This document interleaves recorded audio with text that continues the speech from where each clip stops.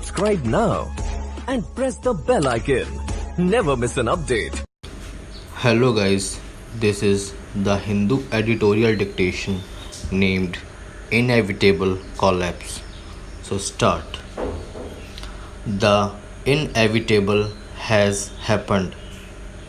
India's GDP suffered its steepest contraction on record in the April-June quarter as output shrank 23.9% from a year earlier, provisional data show. It is evident that the stringent COVID-19 lockdowns in force through the first third of the quarter and substantially in May hollowed out demand. Private consumption spending, which accounts for almost 60% of GDP, contracted 26.7% as consumers absorbed almost all discretionary spending, and exports, which contribute to a fifth of GDP and reflect overseas demand for Indian goods and services, shrank by nearly 20%.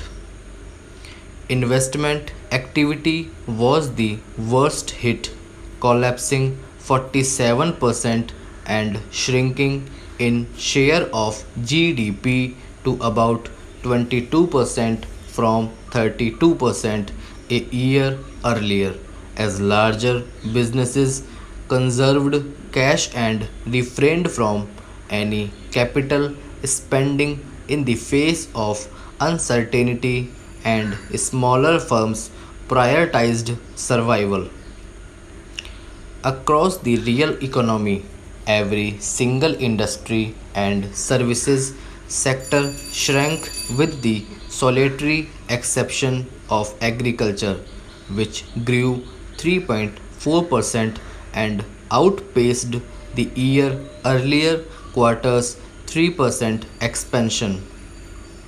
Construction suffered the most, plunging 50%, followed by the omnibus services category, trade, hotels, communication, transport, and broadcasting, which shrank 47%, hit by the pandemic linked restrictions.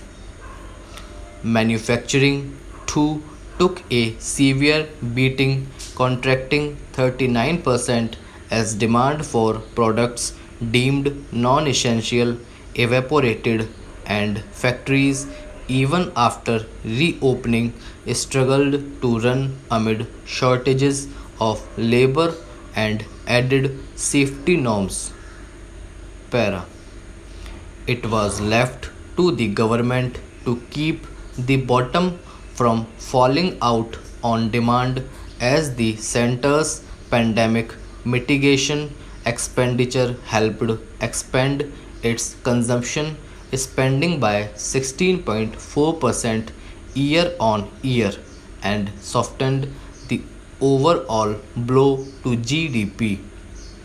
However, with the fiscal deficit already having exceeded the full year's budgeted target in just the first months and revenue receipts impacted by the economy contraction, the government is unlikely to maintain a similar trend in expenditure growth over the next 3 quarters, unless, of course, it is prepared to forsake its wanted fiscal conservatism and finds innovative ways to mobilize resources.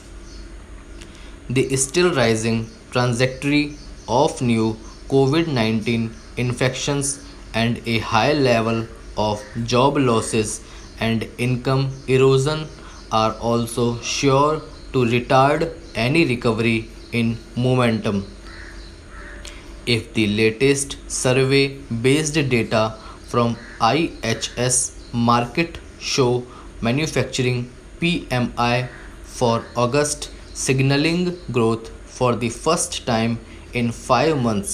The same researchers' findings also stress that job shedding continues at a strong rate in the industry.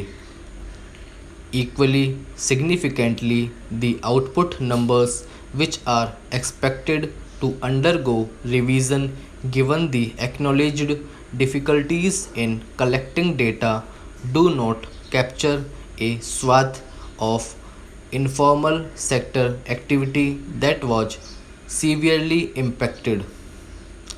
Agriculture too faces headwinds in the form of higher than ideal rainfall in August in several key crop growing regions in western and central India, and with the impact of recent farm market ordinances yet to play out.